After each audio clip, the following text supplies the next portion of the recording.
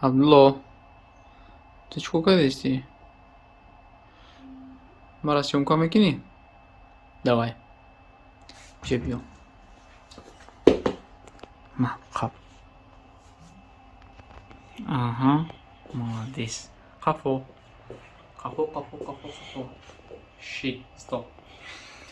ассалому алейкум дӯстони азиз, ин шабакаи голос мигранта мебошад ва ман ҳабибулло қурбонов бо шумо ҳастам ва оператор бо мо абдуллоҷон аст. дӯстони азиз, имрӯз дар масъалаи авфи муҳоҷирон гап мезанем ки 150 000 нафар муҳоҷири тоҷик ва 150 000 нафар муҳоҷири узбекро авф карданд дар Русия. Инҳо киҳо ҳастанд? Барои чӣ сари вақт ман хабар накардам? Ин ахборро акалан аллакай 3 рӯз шуд, 4 рӯз шуда, ҳама аллакай огаҳ ҳастанд. вале бисёриҳо муроҷиат карданд ки моро фиреб карда истоданд ва якчанд адвокатҳо ё ин ки банкоматҳо гӯем аллакай ба сумкоркунӣ оғоз карданд дар ин ҷо. аз ҳамин хотир биёед ман ба шумо як то ҳамаашро мефаҳмонам ки дар ин авф ки дохил мешавад, ки дохил намешавад ва шумо чӣ гуна тафтиш кунед худро ва фаҳмед ки дар ҳамин авф шумо онҳое ки задпред доранд кушода шудагӣ ҳастанд ё не. Абло? Ма ҳастам камерада. Мара дида мешавад? дӯстони азиз, мо имрӯз дар ширкати даво ҳастем. дар ин ҷо доруҳои ширкати даво ҳаст. агар ҳар нафаре ки мехоҳад аз ин ҷо ягон чиз харидорӣ кунад, марҳамат ба рақамҳои болои экран занг занед. Инҳо як қатор маслаҳо рафти кори бачаҳо буд. як лаҳза мо ҳамаашро аз ин ҷо берун кардам ва бо абдуллоҷон навор карда истодем барои шумо.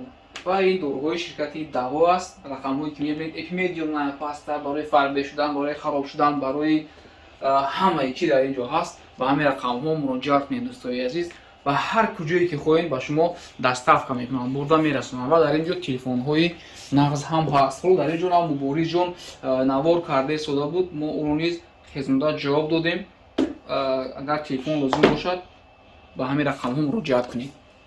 хуб дӯстони азиз, агар ҳар нафаре ки дар Тоҷикистон буд ё ин ки дар Русия аст ва яке аз ягон ҷо хабардор шуд ки ӯро запрет на въезд мондагӣ ҳастанд ва ҳамин гуна нафарҳоро МВД запрет мемонад барои нарушенияи 90-180 барои ҳамин нарушенияшон, онҳо дар ҳамин авф қарор доранд.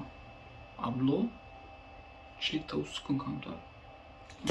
Вот так, всё. нафарҳое ки аз суд, яъне ки онҳоро бурда сари суд бароварда депорташон кардан, яъне ки запрет на въезд мондан, решенияи суд хати, онҳо авф шудагӣ нестанд.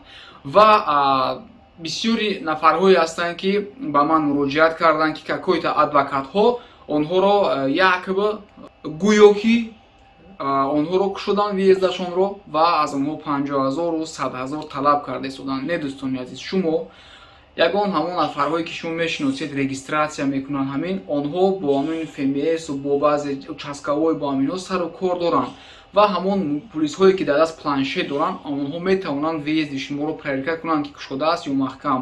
ба ҳамон чиз, ҳамон шиносҳо баромада ягон намедонам онҳоро ягон хел розӣ карда паспорти худро расм гирифта партоед, онҳо месанҷанд ва ба шумо мегӯянд ки кушода ҳаст ё кушода нест въезди шумо.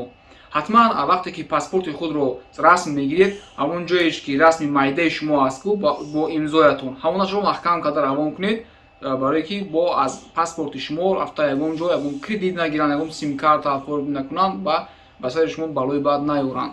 хуб дӯстони азиз, ҳар нафаре ки запрет на въезд монда шудагӣ аз тариқи суд, он нафар кушода шудагӣ нест. ва ҳар нафаре ки худаш дар Тоҷикистон буд, билет харид, вақти аэропорт ӯро аз раис гардонданд ва гуфтанд ки ту запрет на въезд дорӣ.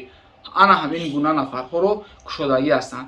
дӯстони азиз, наворро паҳн мекунем, чунки абдуллоҷон дасташ дар кард, хеле азоб кашидистай, меҳнатша қадр кунед, ба ҳеҷ кас ягон капек натиҳед. вақте ки шуморо запрет на въезд мондан, ягона ҳолате шуморо мекушоянд, ин амнистия аст.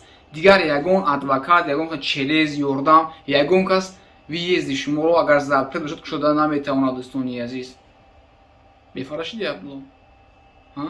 мефарашиди? худованд ҳамаи шуморо нигаҳбон бошад то наворҳои оянда. дӯстои гиромӣ, ёр. Ну чё, сложно? Чин Родился. а? Продержался. Еле продержался? Да. Молодец. Класс.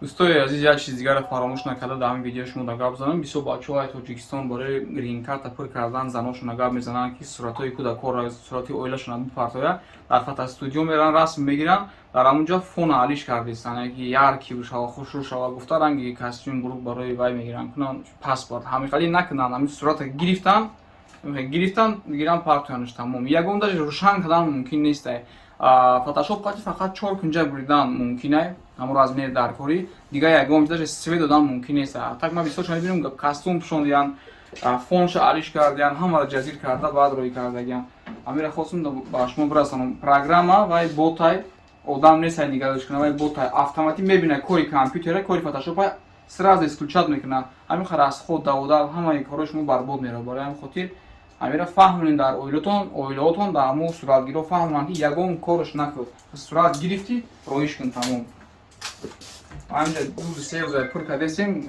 نمیشه میگردم کی میجو میخوندم میبینم دوستای عزیز البته در اینجا ما داریم штатив و همه چی داریم ولی به هر حال ما با عبدالله خواستیم یکم خیلی قواش بسنجیم با فکر نکنید که کودک عذاب میتین گفته بعضی از کامنت‌ها را می‌نویسند بعضی چیزا خوب نمی‌فهمن اتاق الحمدلله این عبدالله جان رحمت جزاک الله خیرا تو چی میگویی молодец вояка خیلی دوستای عزیز نو را поделиться میکنیم لایک میمونیم منتظر میشویم در روزهای نزدیک درباره رجیستراسیون کانال بعضی حرامخوراش یک ویدیو نقض میکنیم خدا خواهد